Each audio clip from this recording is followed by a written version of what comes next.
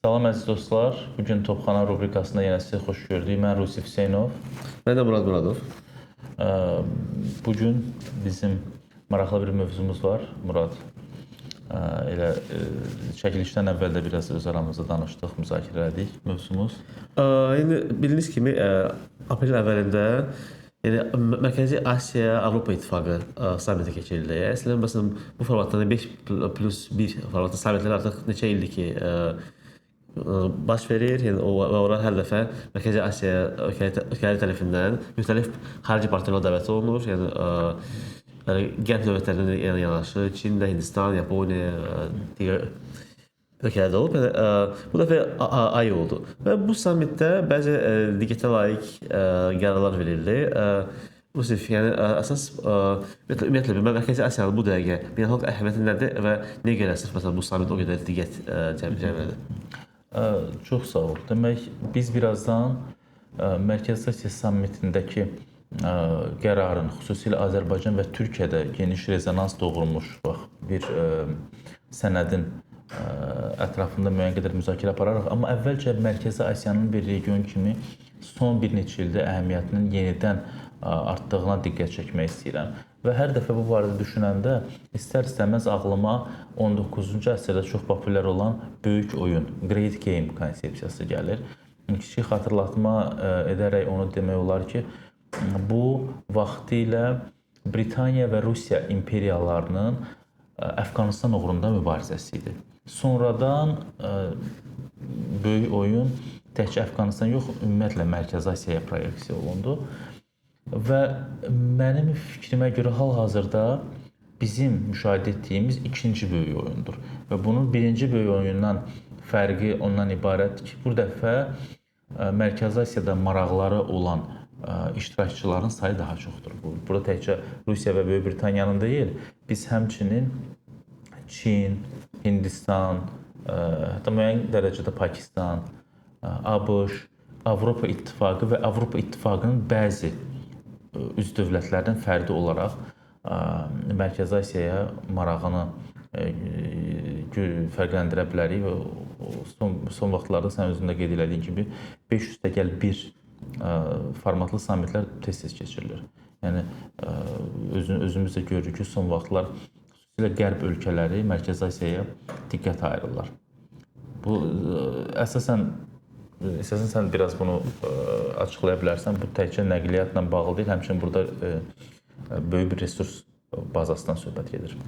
Yəni bəli, mən tam razıyam. Ümumiyyətlə Mərkəzi Asiyanın region olaraq spesifikliyi odur ki, yəni bütün makro regionları götürsək, yəni dənizə çıxışı baxımından yəni ki, ən problemli bir ərazi dünyada. Yəni region bütün ölkələri dənizə çıxışı yoxdur. Hətta dənizini saymasaq təbii ki. Və ümumiyyətlə Özbəkistan dünyada yəni yeganə böyük double lock deyirlər. Yəni ki, heç bir qonşusu da dənizə çıxışı olmayan bir ölkədir də. İkincisi Liechtensteindir. Və bu əlbəttə ki, tarixən yəni həmin bu regiona inkişafla bağlı bir çox problemlər yaradırdı. Yəni baxmayaraq ki, məsələn burada həqiqətən məsələn təbii resurs baxımından, yəni zənginlər, üstəlik yəni müxtəlif yəni güc mərkəzlərini Rusiya, Çin, İran, Hindistan, Avropa yəni bir növ yəni yolların kəsişməsində yerləşsə də, yəni biz baxırıq ki, son bir neçə əsrdə Mərkəzi Asiyada qlobal gündəmə, qlobal siyasətlərə təsir edə biləcək bir dövlətlər yaranmırdı və get-gedə məsələn bu ölkələr xarici qüvvələrdən asılığa düşmüşdü.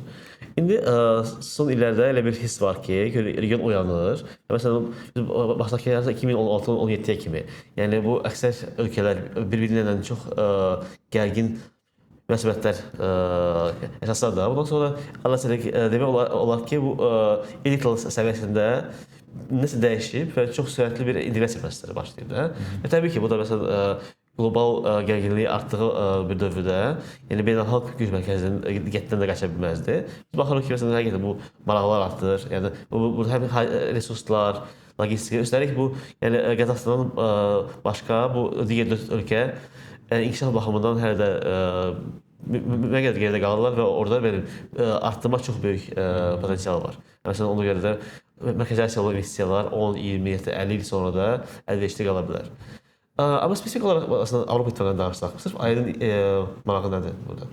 Burada ilk növbədə söhbət gedir bu nəqliyyat kommunikasiya xətlərindən. Bildiyimiz kimi Çinlə Qərbi birləşdirən əsas bir neçə yol var. Bu dəniz yollarını hələ kənara qoyaq. Onlar da problemlidir özdə. Yəni bu Süveyş kanalında bu Husilərin fəaliyyətinə görə özünə görürsən ki, logistika və s. təchizat zəncirində böyük problemlər əmələ gəlir. Rusiya xətti sanksiyalar altındadır. İrandan keçən yol aydın məsələdir ki, sanksiya altındadır və bizim Orta Dəhliz adlandırdığımız bu nəqliyyat kommunikasiya dəhlizinin əhəmiyyəti get-gedə artır. Bundan əlavə Qərbdə Mərkəzi Asiyaya böyük bir xam mal, resurs bazası kimi də baxılır. Bu neft, qaz, son vaxtlarda uran kimi vacib faydalı qazıntılar bir çox qərb ölkələrinin ora marağını, iştahını artırıb, xüsusilə bilirik ki, Fransa Afrikadakı ənənəvi uran bazalarına məhrum olduqdan sonra diqqətini çevirib Qazaxıstana tərəf. Belə olan təqdirdə Mərkəzi Asiyanın, Avropa İttifaqının və Avropa İttifaqının bəzi üzv dövlətlərinin fərdi olaraq Mərkəzi Asiyaya marağı başa düşüləndir. Amma bayaq söhbətin əvvəlində sən bir disclaimer verdin ki, xüsusilə Azərbaycan üçün burada Azərbaycan və Türkiyə biz bu iki ölkəni tandemdə götürək. Maraqlı olan və eyni zamanda bir ziddiyyət yaradan, rezonans yaradan məsələ oldu, xüsusilə Kiprlə əlaqədar. Əvvəla onu deyək ki, sammitdən qabaqki hazırlıq prosesində bir neçə ay ərzində Mərkəzi Asiyanın 3 böyük dövləti, Qazaxıstan, Özbəkistan və Türkmənistan Kipr Respublikasında və söhbət gedir Yunan Kiprindən səfirlik açmaq qərarına gəldilər və sammitin sonunda qəbul olunmuş sənəddə Şimali Kipr Türk Cümhuriyyətinin yaradılmasını və Türk işğalını pisləyən BMT Təhlükəsizlik Şurasının qətnamələrinə istinad var. Belə olan halda Türkiyədə və Azərbaycanda bir çox ekspertlərin, adi vətəndaşların bir sualı ortaya çıxır ki, nəyə görə Mərkəzi Asiya ölkələri belə bir sənədə imza atıblar.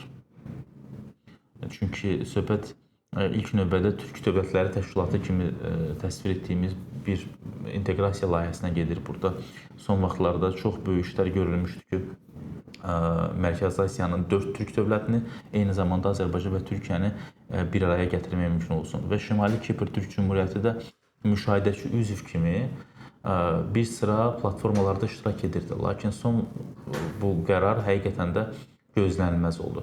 Bəlkə də gözlənilirdi, ola bilsin Azərbaycan və Türkiyədə müəyyən çevrilərdə artıq bununla bağlı hansısa məlumatlar olub. Amma bunun qarşısının alınması, belə bir Təhlükəsizlik Şurasının həmin qətnamələrin oraya düşməsi bəlkə də onun qarşısını almaq mümkün olardı. Amma digər tərəfdən əks arqument də budur ki, Kipr Avropa İttifaqının üzv dövlətlərindən biridir. Ona görə də Avropa İttifaqının istənilən sənədi, istənilən demək siyasi xətti həmçinin Kipr tərəfindən də təsdiqlənməlidir. Ona görə də Mərkəzi Asiya ölkələri Kiprin də necəsə nazı ilə oynamalıdırlar. Amma mən yenə burada bir məsələ çox maraqlı gəlir. Məsələn, biz Türkiyədən, Azərbaycandan, ümumiyyətlə bəzi çox belə pessimist şərhlər eşitdik bu qərarla bağlı. Təbii ki, bu da başa düşüləndir bir növ. Yəni bu qərar məsələn bəlkə də gözləmək çətin olardı.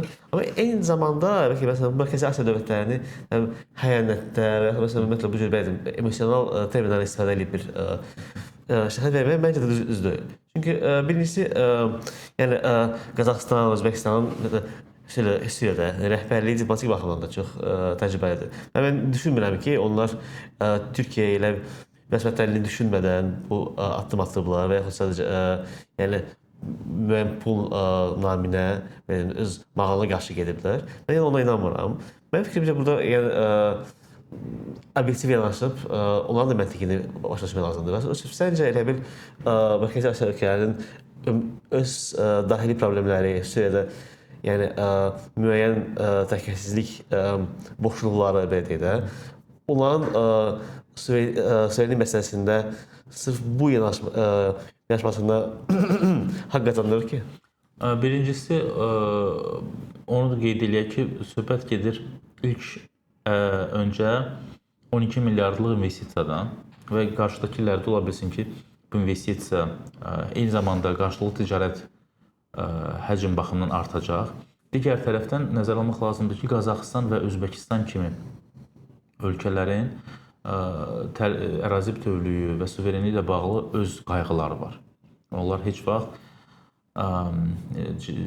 heç vaxt deməyək, amma ümumiyyətlə onlar, yəni Şimali Kipr kimi de facto və tanınmamış ölkələrin tanınmasına razı gəlməyəcəklər. Qazaxıstanın özünün şimalda etnik rusların yaşadığı bölgələrlə bağlı problemi var. Özbəkistanda Qaraqalpaq məsələsi var. Eyni zamanda baxsaq, digər ölkələrin də özlərinin hansı ərazi problemləri, qayğıları ola bilər ki, onları başa düşmək mümkündür. Amma eyni zamanda dediyim kimi burada belə bir diplomatik gedişdir ki, bəlkə də bunun qarşısını almaq mümkün olardı. Çünki bu, mən inanmıram ki, o sənədi imzalamış hansı dövlətlər üçün, ola bilsin Yunanistan və Kipri çıxmaq şərti ilə başqa ölkələr üçün çox prinsipial olsun. Amma digər tərəfdən sənin dediyinlə də razılaşıram ki, burada emosionallığa qapılmağa ehtiyac yoxdur. Siyasət elə bu cür məsələlərdən ibarətdir. Hər zaman hər şey bizim istədiyimiz kimi getmir. Lakin mövcud reallığa uyğunlaşıb bundan sonra davam etmək lazımdır ki, bax Avropa İttifaqı Mərkəzi Asiyaya bunu təklif edir. İnvestisiya baxımından, bəlkə təhlükəsizliklə ilə əlaqədar hansısa məsələlər, təkliflər göndərilib. Bəs Azərbaycan və Türkiyə olaraq biz onlara nə təklif edə bilərik? Tam razıyam. Yəni əslində yenə də biz Türk Dövlətlər Təşkilatının yəni bugünkü strukturunu da nəzərə almalıyıq. Bu hələ də Avropa İttifaqı ilə, hətta məsələn Avrasiya İttifaqı ilə müqayisə ola biləcək qədər inteqrasiya olunmuş struktur deyil. Hələ də bu suveren ölkələrin yəni ünsiyyət və əməkdaşlıq platformasıdır. Bəli. Yəni bu mərhələdə və təbii ki, indi hər hansı qərarlar, strategiyalar qəbul edəndə, yəni mənim fikrimcə, yəni bütün bu dövlətlər öz maraqlarını nəzərə almalıdır və açıq şəkildə danışmalıdır. Çünki təəssüf ki, hələ də yəni müəyyən səbəblərə görə, məsələn Türkiyənin Azərbaycan arasındakı olan belə o inteqrasiya və yəni qarşılıqlı anlaşırlıq səviyyəsi məsələn Türkiyədən və Mərkəzi Asiya ölkələri arasında yoxdur. Müəyyən səbəblərə görə əsasən tarixdir, çünki yəni burada məsələn Sovet faktoru var, coğrafiya faktoru da var əlbəttə ki. Və məsələn hələ də məsələn bu cür yəni dərin bağlar qurulmalıdır.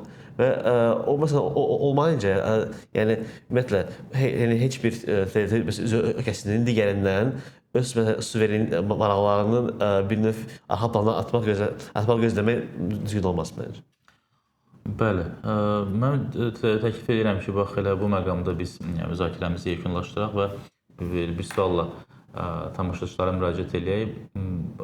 Haqqında danışdığımız bəyanatla bağlı fikirləri nədir və ümumiyyətlə həmin bu qərar, bu demək müddəa Türk Dövlətləri Təşkilatının bundan sonraki fəaliyyətinə ciddi problem olacaq yoxsa yox?